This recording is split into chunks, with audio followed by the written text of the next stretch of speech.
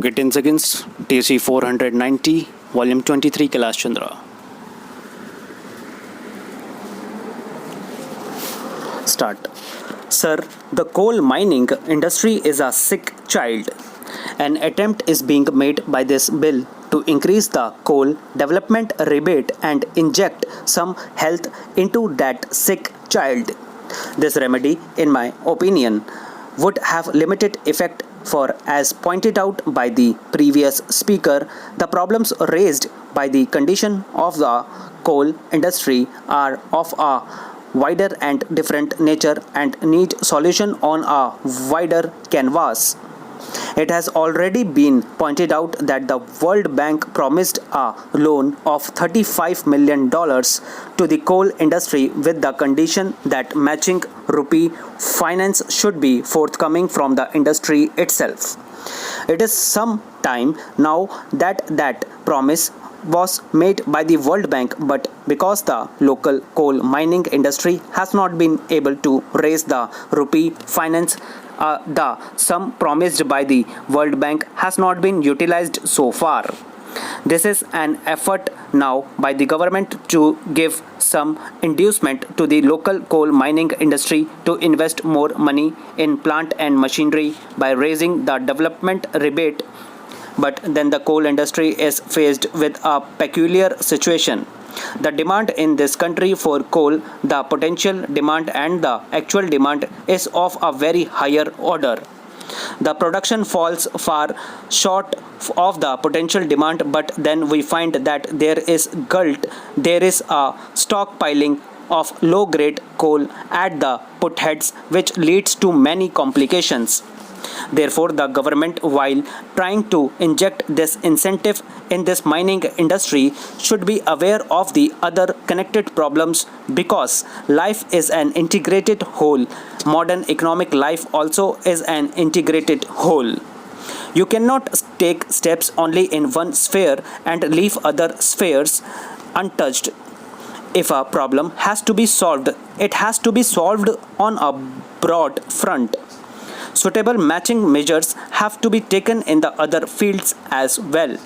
This concession, no doubt, is large, but as the previous speaker has rightly pointed out, we do not know what amount of money, what amount of rupee finance this concession will make available to the coal mining industry in the next 3 or 4 years. In the absence of figures in this respect, we seem to be in the dark. Why has the dollar loan advanced by the International Bank for Development not been utilized so far? Moreover, for raising internal finances, it is not proper to assume that the coal mining industry should tap only its own resources. Modern mining is really carried on by the finances advanced by commercial institutes, banks, financial institutions, investment institutions, and the like.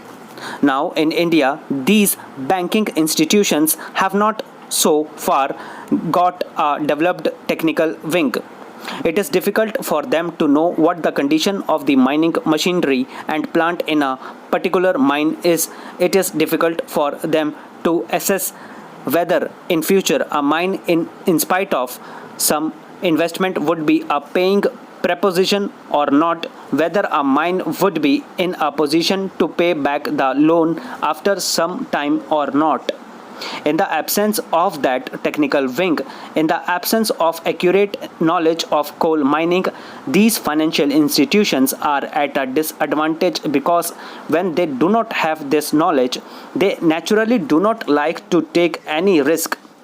Therefore, even if the state governments would give the permission required under the mineral concession rules, even in that situation, I do not feel it would be possible for these coal mines to raise adequate matching rupee finance. How is then the situation to be tackled? There is a coal board which is having a technical wing and which possesses expert knowledge of mining machinery and mining conditions.